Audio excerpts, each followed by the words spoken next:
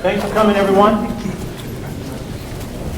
Some of you have checked the portal. The speaker for today was supposed to be Commissioner Brown, but she took ill and asked that we postpone her date to another time. But I didn't want to rearrange our schedule again, so I asked State Representative Hearcel to come and speak to us, and asked him that yesterday morning, and right after I asked, he called and said, I'll come and do it. So I appreciate his willingness to come and share some of his thoughts on leadership. What I want to do now is, where's Frankie? There she goes. Frankie's going to introduce the State Representative today, and he's going to have some discussion, and later, obviously, he's a question and answer type of person if you haven't met him before. So as he gets going, if you feel like you need to ask a question, please do so. Good afternoon. I'm Francie Madison, and I'm here to introduce to you our installment speaker for our Leadership in Government and Public Service Speaker Series. So please give a warm welcome to State Representative Hearcel.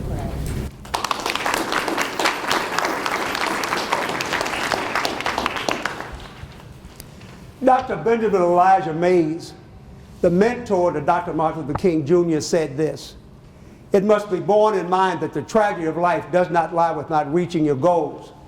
The tragedy lies in not having any goals to reach. It is not a calamity to die with dreams unfulfilled. It is a calamity not to have any dreams.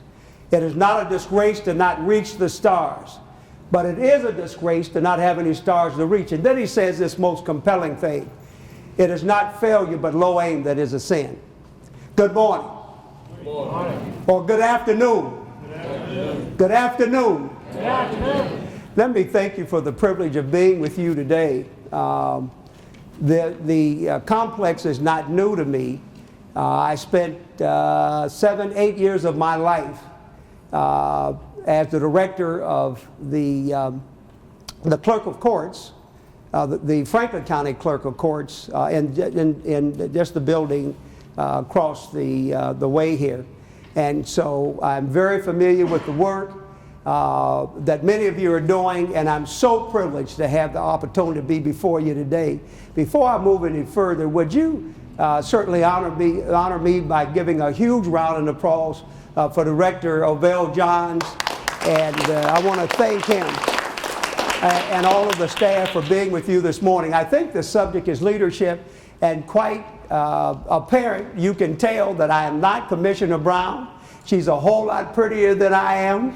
I am not Commissioner Brown, but I love her dearly. We are great, great friends, and I appreciate her work and her leadership in county government. But this whole question, this whole notion about leadership is extremely important. There's been some books written about leadership that really suggest that leadership is really influence. Nothing more, nothing less. Because if you are leading and nobody else is following you, you're not leading. And so for me, this whole question is so vitally important. And there's not always folks that have a title that are leaders. I was at a funeral yesterday, and I'm a minister as well, but this man, the room was packed to overflow. He had a 6th grade education, but had raised his family. They had gone on to college. His 3 children, his grandfather had 102 acres just after the Reconstruction, just after the period after slavery. And he had a 6th grade education. The reason why he had a 6th grade education is because of that 102 acres. The boys in the family had to ensure that they were taking care of that farm. But I watched people come in and honor this man with a 6th grade education. But what he meant for his church and the community said volumes, well, who he was as a person. And so much of what I'm going to talk about today is all of you and your work and your commitment and what it is that you do and the lives that you are impacting all over our county and really our nation. For me, my mother came here as a live-in maid. And pretty much everything she owned, she had in a car coming from West Virginia. Now, she moved here because on both sides of my family, my uncles had worked in the coal mines. Before I was born, her father died in the coal mines. And so my mother, my grandmother, who probably had a third-grade education, my grandmother kept me, my brother, sister, and 2 cousins while my mother was up here working, preparing for us to come to Columbus. And her whole idea that we would really contribute, we want to make sure that we had a good education, and she insisted that we would be good citizens and contribute. So for me, this has been a very long journey. It took me 40 years before I ever got elected to elected office. I was working for the Department of Youth Services. I worked for the Celeste administration. I represented the Department of Youth Services as their legislative affairs officer. And I was seeing young people, and you all know that. We could adjudicate young people at 12 years old. And they were coming in with offenses of rape, burglary, murder. And I said I wanted to try to do something about that because I recognized in my life, if it had not been for many of those men and women, my mother, who was a lifelong learner, she retired 3 times. If I was going to do anything, it wasn't about me saying it and just having hyperbole, but really wanting to do something in the lives of young people and families. And so I ran for office in 1990 for the school board in Columbus and lost. I ran again in 1998 and lost for the school board. But I never will forget, I got a check from a parent the last time I ran. And I never will forget that, thanking me for coming out and supporting his children.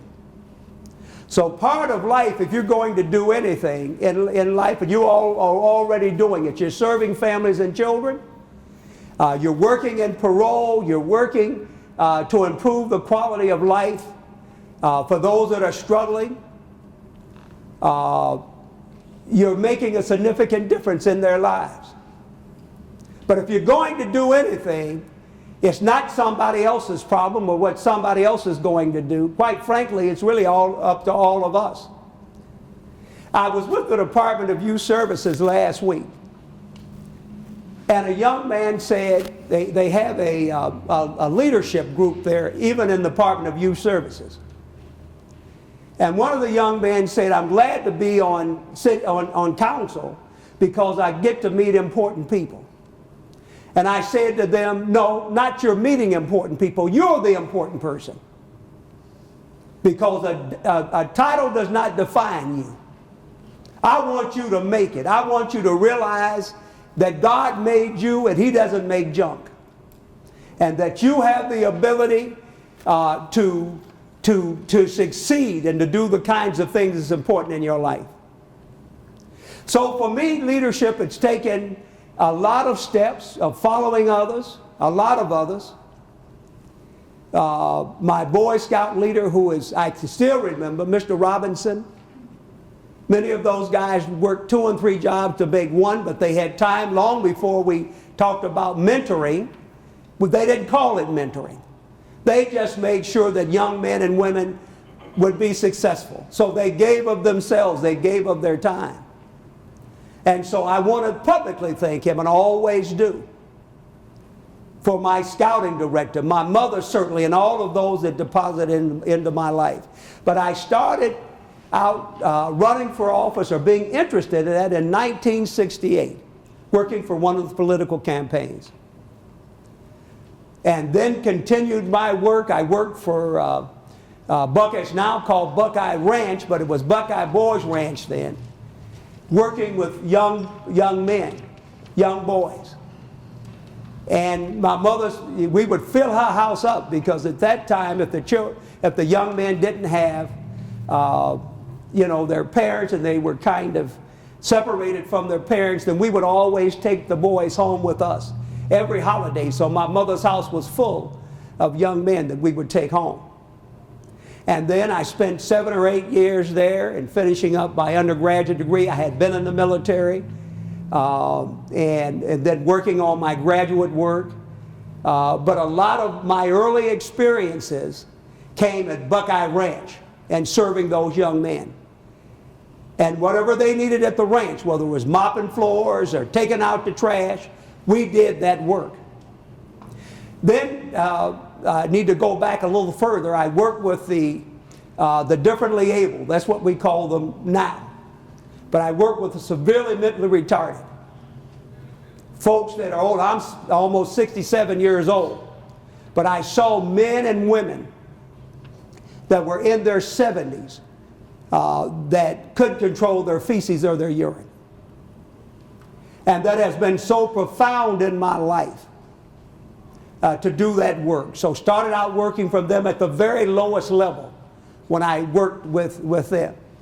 Then continued my work in business. Spent a good bit of time as a director for J.C. Penney's company. As a director. And then my work here certainly with the county. Which was such a great privilege for me to do that. In fact, I brought a lot of young people to the county so that they could see what was going on in the courtroom. I wanted them to understand that this is no joke. This is serious. And so I had young people coming in from Upper Arlington, from Bexley, from Columbus Public Schools, from everywhere. I'd take them and have them sit in a courtroom, especially in common pleas, so that they would understand this is nothing to play with. This is real. This is serious. And so spent the work there, and then my time on Columbus City Council. Spent just about 8 years on Columbus City Council. And Columbus, we're all at large. We don't have districts in Columbus. So literally, I'd be working 7 days a week, and I continue that work even in the State House right now. Working on behalf of the citizens in Columbus. But if you're going to do anything with regard to leadership, quite frankly, it's going to cost you something. And the reality is everybody in this room is a leader. Everybody in this room is a leader. And you know better than I the kinds of circumstances, the issues that you are facing, the families that you are influencing and impacting. Every one of you are a leader. And then, of course, with my work in the legislature, that my mother I talked about, the only home that she was ever able to buy. Before my mother died, she said, I want you to come back and take the house. And I fussed with her. But that little house, which is some call the ghetto, whatever you call it, that little house, I'm living in that house. And that's the house that I ran from the legislature for.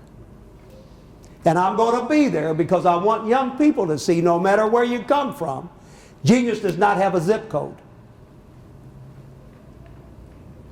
So just like me, a kid that nobody, the sociologist would say, well, he won't make it because his mother came here and we had to get commodities and all of that stuff. And my mother never missed a day of work because with her it was supplemental. But now because of that little lady, then I have graduate degrees and that's my wife sitting right there and she has an MBA. My son has an MBA. And my grandchildren have been able to go to college from a little woman that wanted to make a difference in the lives of her children. So this whole question of leadership, I'm excited about it. Went through Leadership Columbus and graduated from there, graduated from Leadership Ohio. Just got a national fellowship in the state legislature. I spent 7 days at the University of Wisconsin. But through all of that, what touched me most was being with that man yesterday who had a 6th grade education, but had contributed so much to his family and his children. So I'm going to stop right here and see if there are questions, anything that I can relate to you, any of my experiences in terms of of getting me where I am today, because it is really truly is a journey. I've got 8 years in this office. Should I be so honored to serve the district that I'm serving, and I'm going to serve all 8 years of them. And so I'll entertain any questions that you may have. In 3 words, can you tell us what contributed to your success? It's difficult in 3 words, but I'll do my best. It's hard with a preacher. They can't say anything in 3 words. But anyway, thank you so much for that. Number 1 is observing and watching others. And number 2 is willing to do things that other folks won't do. Because I've washed floors, I've shined shoes, I've done all of those kinds of things long before, even starting out in political office. You're always the gopher, the guy that gets the coffee, that does all the other work that other folk don't necessarily want to do. But if you're going to, but all of those things, perseverance. I just explained to you, I lost a number of times before I ever was elected to political office. And the reality of it is, we can't let anybody define us. Because a lot of folk will tell you what you can't do. Get around somebody that will tell you what you can do. And then get busy about doing it. And I tell the young people to take the stairs, not the elevator. There's nothing that is easy, and if somebody brings it to you, run from it. The fact of the matter is, if you're going to do anything that matters, it's going to cost you something. Take the stairs. So for me, it was staying up late at night studying, getting up early in the morning studying. In fact, I was a single parent with my youngest son, and I took him to graduate school with me. Because at that point, I decided nobody was going to define me. Now, you can grow up in the ghetto, but it ain't in you. And there's a lot of children that you see every day. We don't know. They could be the next person that cures cancer. So we've got to decide with children, making sure that we're depositing something in them and telling them that those children, no matter where they live, their circumstances of birth. My mother and father weren't married. That you can make it. You are an incredible person. Hold them accountable. Challenge them. You know, and folks say, well, I don't have time. Well, if you have time for Empire, you have time for whatever that other show is, you have time. And we need to let our children know that they can make it no matter who they are. But that was an excellent question. But nothing has come easy, and I don't expect for it to come easy. And quite frankly, I'm glad it hasn't. I watched this woman who had cancer, who had a heart condition. My wife would literally get up from the computer and go to work. Her graduate school met on Monday nights, and the worst note we had that year, she went to class. It was just her and the professor. So that struggle that we all go through, and what you have gone through in terms of leadership, is the reason why we're here. I know his story. You know, had to do it without a dad and everything that was going on in his life, and had to fight, went to college, a brilliant man, got his master's at Ohio University, played football there. But whatever portal that we can get through so that we're sharing with our families and our children this whole question of leadership. Okay, other questions? Yes, ma'am. Do you have any advice for focusing your goals so you can kind of formulate the track to achieving them? Thank you. That is an excellent question. I had no idea, you know, at 7th grade, In fact, at 7th grade, proficiency tests are not new. And back then they had, 7-1 to 7-13, 14. I failed so badly that I was put in the last rung, 7-14, whatever it was. But I had a teacher that worked with me for 3 months and said, well, you don't belong here. And 3 months later, I was put in 7-1, the very top of the class. So if you have a goal in mind, and life circumstances are going to always, be in the way. That's just a fact of life. But if you're focused and this is your purpose, then don't let anything distract you. It may hold you up,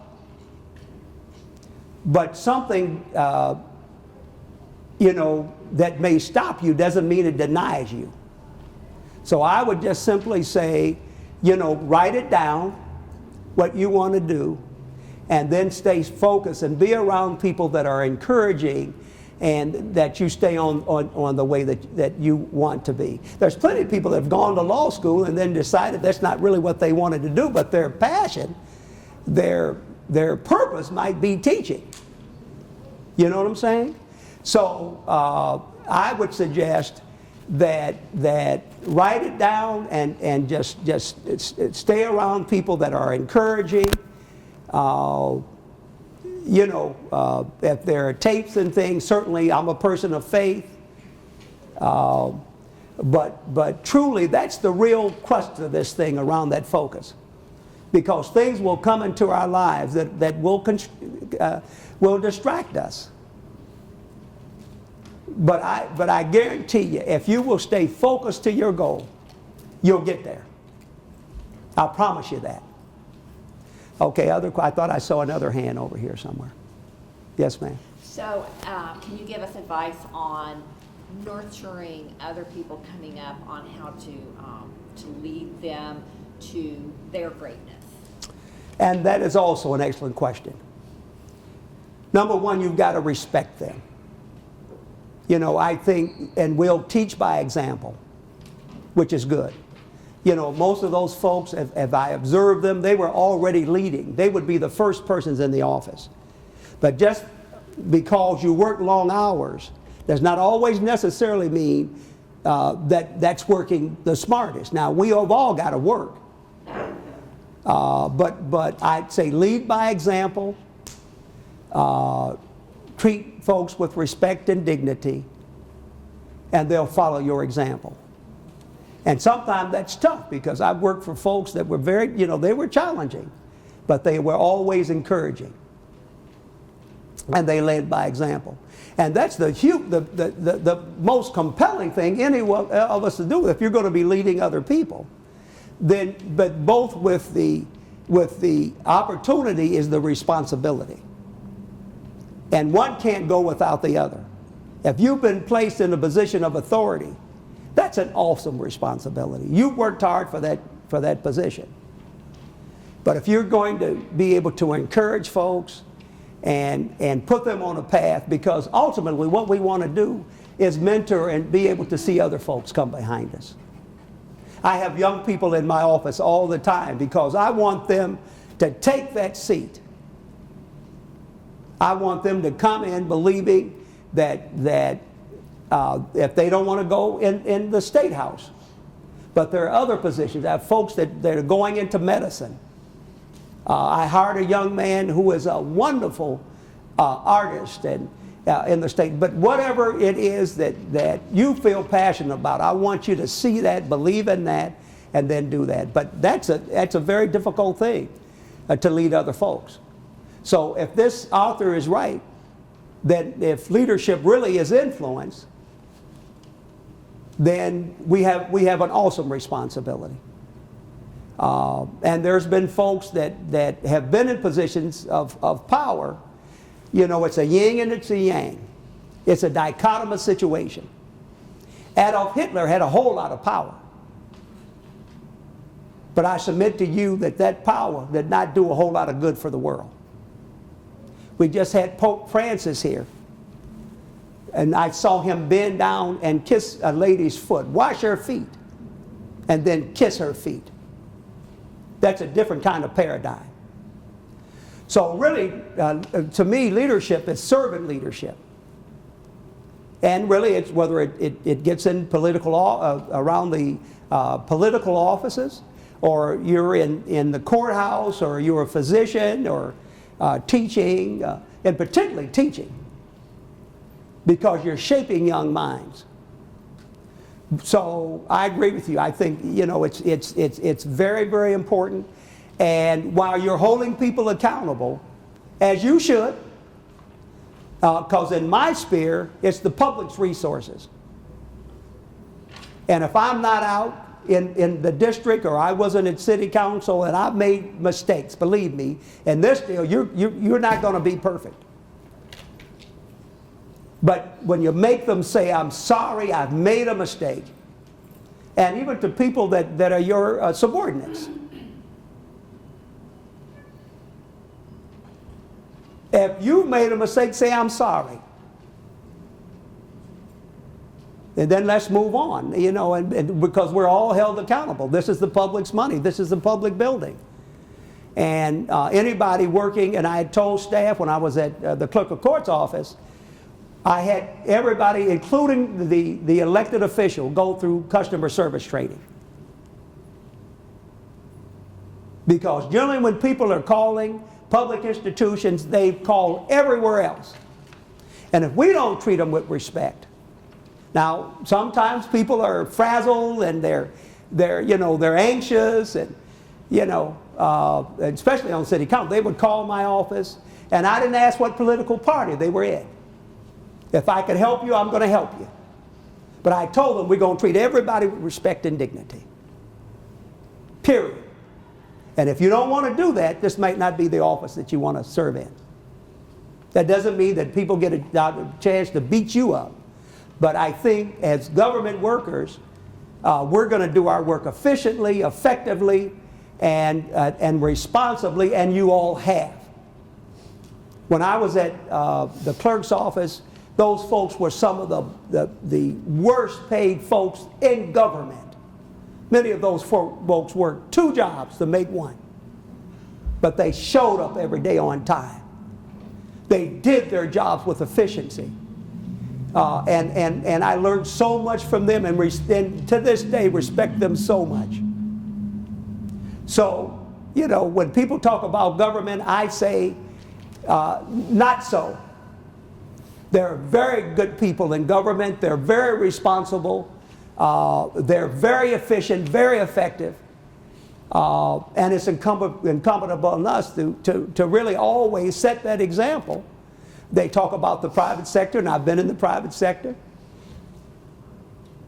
You know, but sometimes it's problematic there. But, you know, their bottom line is bottom line. But if they're not efficient and effective, they're out of business. And if we don't continue to do our work, you know, I think that the public holds us accountable for what we do.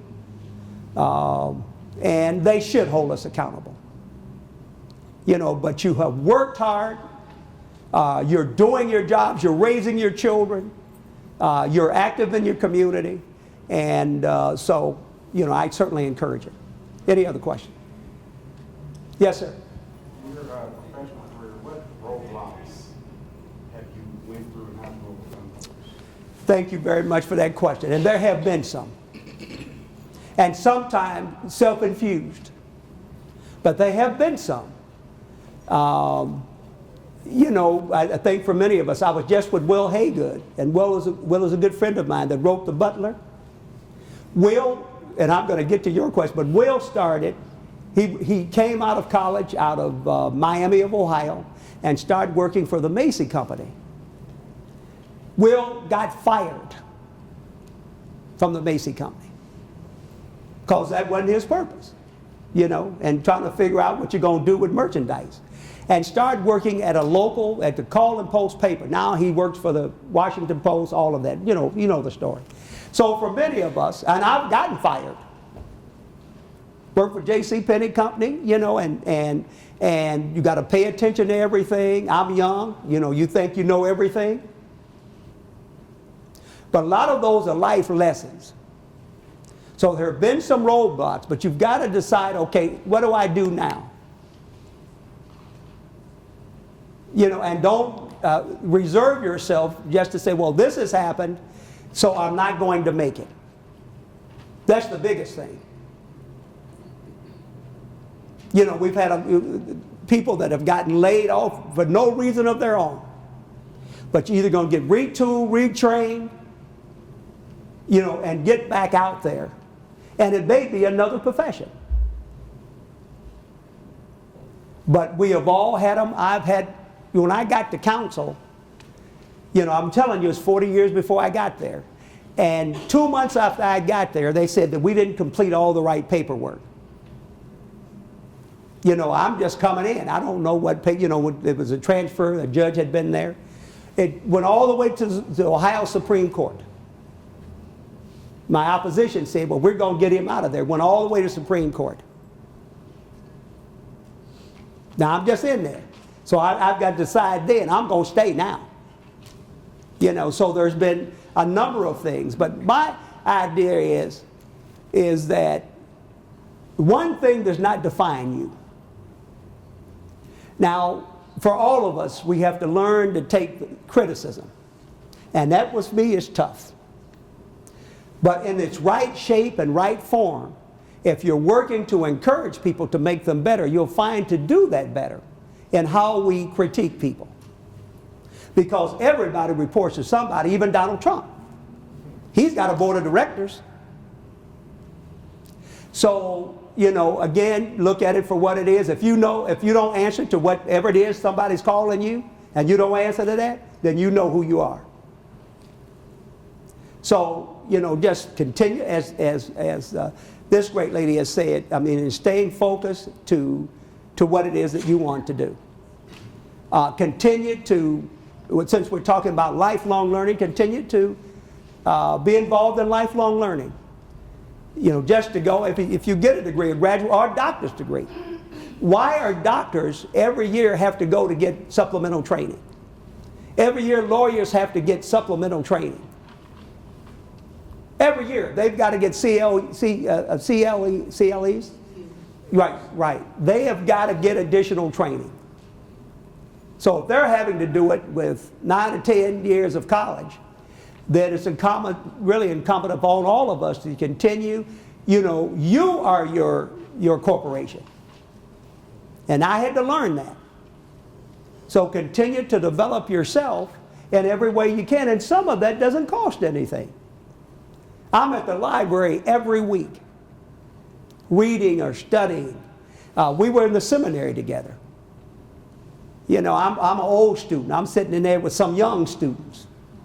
But if you're continuing to be a lifelong learner and continuing to mold your craft, then no matter where you go, somebody will be looking for you. You won't have to look for them.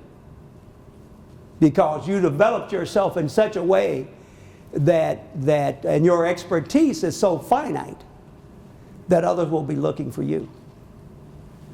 Any other questions? Yes, sir. What would you say are some of the greatest challenges facing leaders today, or potential leaders? And that's going to continue to evolve. I don't think it'll ever go away. I think certainly as this economy continues to shift, for all of us, it's going to be very, very serious. Anybody in leadership. I think this issue around employment, and we call it full employment, and we say we have full employment in Columbus with 4.6% unemployment. But here is the interesting thing. While we've got that 4.4 unemployment, our poverty index continues to rise. And so it deeply concerns me because it says to me that the jobs that we have here, not everybody is being able to take hold of that opportunity. There's too many people that are struggling yet. So we've got to make sure now that we have what I call are those these in-demand jobs.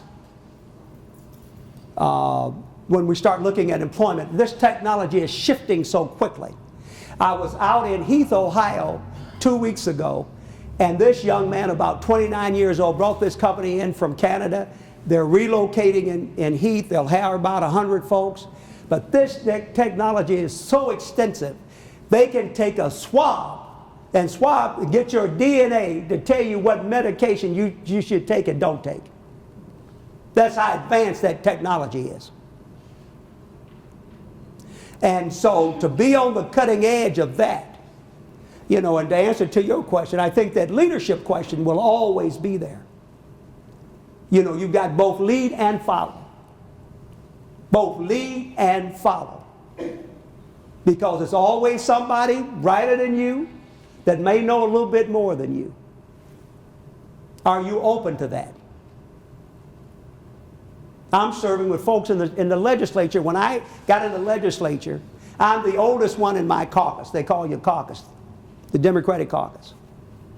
I've got young folk in there that's the lawyers, attorneys, you know, we got physicians in the State House, all of it. So sometimes I may need to ask a question from a young person that may know a little bit more than me. So I think you've got to be open, if you're really going to be leading, to, you know, get access to information and be available to information. My pastor at my church is younger than I am. So I think that leadership question is a compelling one. For our nation, we're all looking at it right now. Well, who's going to lead? Do they have the right kind of attributes? Do they have the right skill set? Do they have the right compassion? You know, and all of that figures into it. But all that leadership encompasses all of that. You know, we're not talking to robots, we're talking to human beings. Is it a compassionate person? Is it a person that you know, when I'm leading, do I have empathy for others? Well, I've still got to get my job done and be held accountable. You know, my aide has cancer. Now, we've got a whole lot of work to get done. But I know some days if her office door is shut, I need to just let shut that door. You know, and so it's trying to understand. It's the very basic and fundamental human experience. But if you want to lead, and that's what you desire to do, look to those that I'm constantly reading about leadership and constantly looking at ways to be innovative because I think it continues to evolve. And then look for those kind of unnamed leaders, like this man that, you know, had that 6th grade education. The church was pouring over. And it got all kind of doctors. And in fact, our Supreme Court justice was there to honor him. No title. Was a machinist for the Ohio Department of Transportation. So, you know, I think again, and I say it unequivocally, that we're all leaders. We lead our family every day. You know, we're leaders in our community, serving on civic associations and area commissions, and in our church, we're all leaders. Am I fair? Am I equitable in the disbursement of my as I meet out my assignments? And only you can answer that. You know, am I fair in my discipline? And so that really pushes all of us, and all of us before we do those performance appraisals, the dreaded performance appraisals. You know, have we thought about truly really assessing this person in a way that helps to develop them? And sometimes you know, that means that some people may not stay. I just saw the vice president of J.C. Penney's that when I got fired, I saw him, I said, thank you. Sir, thank you.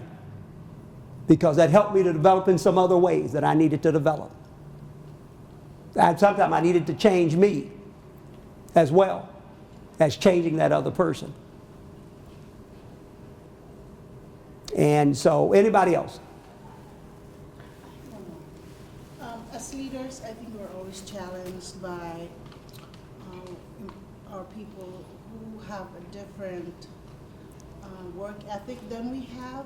How do you face the challenge, especially with the current generation, the instant gratification that they're used to right now? Sometimes it gets in the way in how they do things or how they perform. How would you as a leader face that? You know, that's the million-dollar question. And truly it is. I've got grandkids now that are 22 years old. And I'm always saying to them, you know, work really does not change. I mean, we've still got to hold folk accountable. We've got to making sure that they're being responsible. They're coming from a different generation than my mother, who, you know, folks worked in the coal mines and all of that. But the dynamic of work, now there's different paradigms to this, because if you look at some of these companies like Verizon and some of the other high-tech companies, they kind of operate a little differently. I mean, they don't operate like an 8 to 5 kind of, I mean, they're running around with skateboards and all that kind of thing, but they know what they're doing. They're completely brilliant, but they're still, at the end of the day, is the expectation to get that work done. Because I just was reading in Business Week, even there, if you don't get that work done, then you're not going to stay in that company for long. Now, there's different methodologies to getting that work done, but your question is so relevant because young people, they've got a kind of a different experience. But not really, because when you think about it, because if they're going to, you know, some of the Ivy League schools, they even going to high, wherever they're going, they've had to prepare themselves to go to college. And many of those kids have worked really hard. They're coming out of very tough environments. And so they're still preparing themselves for work. Had young people come to my office, they come ready to work. Their pants are not hanging down. They're coming ready to work. And there's a lot of them at the State House because they're kind of trying to find their way. And so they're coming dressed, coming ready to work. And a lot of those folks, that we call them pages. And those pages and some of those interns are not paid very much at all. They're doing the gopher stuff. They're going, taking boxes down. They're going to get coffee. They're going to get the other. They're copying stuff. But they're right on time. And people are watching them and looking at them. And many of those legislators that are now in the State House, they were pages. In fact, our leader, we call them the minority leader, the majority leader. The minority leader was a page. He was an intern. And so, but that's a great challenge for us, because just like my mother's experience, my experience is different.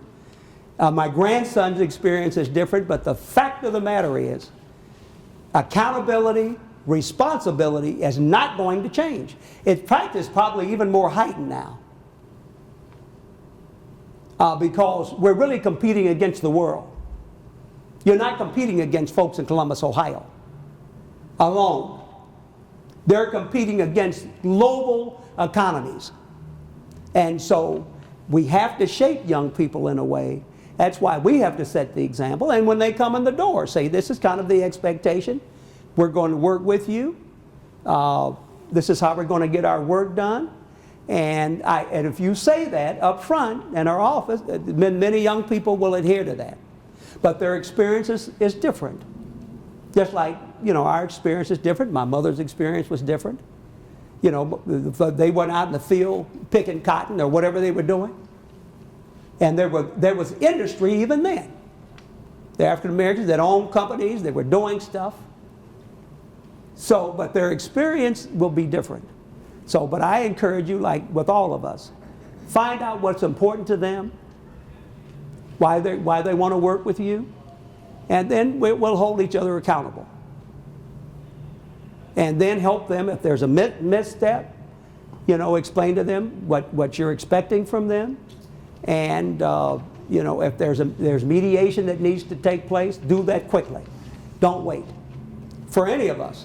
If you've got an odd, in the church we call that an odd, if you've got something that you need to talk to a person about, you may not want to wait to that performance appraisal. I mean, do some incremental adjusting with folks, because they may not fully know kind of what your expectation is. Any more questions? I hope I've answered your question, ma'am. Yes, ma'am. Representative Craig, what keeps you going, and do you think you've reached your fullest potential? Well, again, as a person of faith, number one, that what keeps me going. But I've got a great family. I've got great children and grandchildren. And that so inspires me to do the work that I'm doing. Plus the folks that I serve. I have the wonderful privilege. It's a very diverse community. I've got people that are really struggling, that are dealing with issues of poverty and education. We've got the highest infant mortality rate. It's higher than New York City. And so I've got to get up every morning thinking about what can I do? And I can't do it alone, but what can I do to make a change in the lives of families and children? I've got folks that have a lot of resources. I have African Americans. I have folks that are Jewish. I have folks that are other nationalities and so forth. And so I've got a great passion for the work that I'm doing. I get up every morning excited about the opportunity to serve. And that's really it, and not to be served. Because in these positions, if you ever think you're coming in to be served, you're already going to lose. You've got to come in ready to go to work. I work with my colleagues. I agree with most everything in my caucus, but there may be things that I may not agree with them in the caucus. Because I've got to say to myself, okay, does that fit my paradigm? That the people that I'm serving. And we may disagree on something. But even disagreeing on the floor of the House, I'll be on the floor of the House tomorrow, and colleagues from the other side of the aisle. And we are likely to disagree on some things. But can I do that in a respectful manner without cutting that person up? Because I'm going to tell you, I'm going to disagree with you. But do it in a way that won't completely annihilate people in your assessment of because somebody might have an idea different than yours. So all of those things keep me up you get me up in the morning, get me excited about it. And I think about my mother and those. The people say, well, your work is hard. How can it be more hard than folk cleaning floors? Working in a coal mine. Working out in the sun. And their children having to work out there in the companion way with them. So I'm excited about what I'm doing. I'm excited about the privilege of being with you today. I know many of you. I know that I know that you've got tough jobs. If you're doing parole or you're doing those other things, I know that they're tough jobs. But we've got to find a way, because in all of our families, at 13 years old, my mother had me over here. Old man Cahill, who is now dead and gone. But when I start smelling myself and I'm going to do what I want to do, my mother said, I don't think so. So I'm always grateful to that old man. Because he would bring us down here, me and my brother, and straighten us out. So that we could go another step. So I appreciate all what you're doing. Those in IT, you know far more than I do. I just got one of these, what do you call them phones, iPhone? So I'm still iPhoning it. So I'm just suggesting to you, we all have difficult jobs. We all are leaders. And don't let anybody tell you that you're not. Because number one, we start leading in our homes. We start leading with our children and our family. And that's the most important thing that any of us can do. You know, is leading around our parents. I know that some of us have parents that are struggling, and some may be taking care of their parents. My mother died of cancer. I know what that experience is like. And so when we love one another, when we deposit in the lives of one another, when we care about one another, those are the most important things that we can do. And truly, it's being servant leaders. And any more questions? Thank you so much for the privilege of being with you today. I kind of want to wrap up what he was saying, and I appreciate all your questions and Bev's questions. That started me writing down. So I have 3 pages. But I'm only going to mention 11 points, and it was basically how to nurture others. All of your questions went into that, so I kind of summed them up. So Representative Craig said, lead by example, and it's to be a good leader, you must be a good follower as well. If I'm wrong, take me over to Mr. Cahill, have him take me down. I'll do something to you. The second was treat folks with respect and dignity. The third was take on the responsibility to develop others. That was really important. You spent time on that. Leaders have to take on the responsibility to develop others. You can't call yourself a leader without that desire to take that responsibility on. Fourth was interesting. He said leadership is really influence. So you left me to think a lot about that, and I missed the next couple of things you were saying. Fifth was servant leadership, which you finished with, and that's a great task for all of us. Remember Hope as he kissed someone else's feet and washed their feet. I appreciate that. Obviously, he took that from the Bible as well. Jesus doing the same. 6 was hold people accountable. 7, admit mistakes and apologize, and you said, and then move on. So I appreciate that as well. 8, have them work on their customer service. You have to be nice to people if you want to lead them. 9, teach folks to work efficiently and effectively. 10, promote training to others and also to the people that are reporting to you. And 11, I just wanted to stop there because you gave me too many. Be fair and equitable, especially with discipline. Kind of sum that up a bit. Give me some handshakes. Okay. Any other questions for our speaker with that said? Yeah, actually, you have another question. Yes. In your opinion, what is the least effective characteristic of a leader, and how would they go about improving that? Well, you know, for all of us, and each of us, maybe all of us at one time or another, maybe somebody was domineering, you know,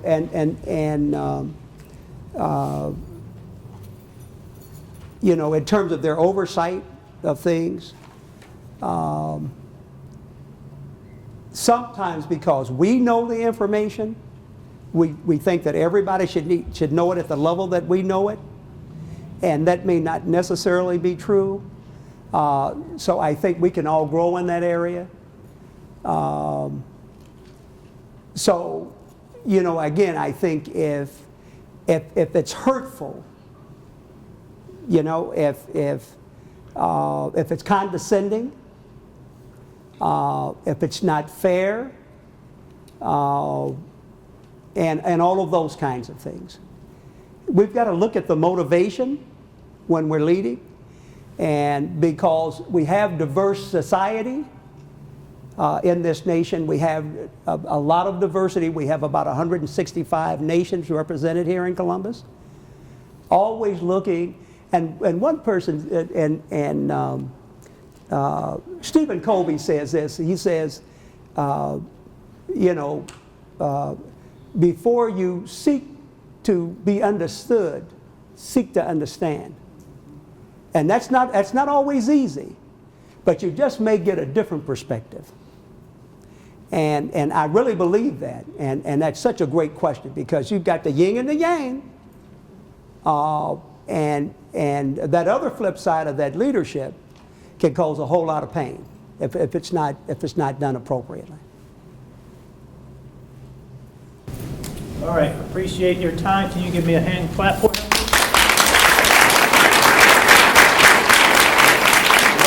Lunch is over, so we got to go back to work. But obviously, State Representative Craig is here if you have any questions as you are part. Thanks again.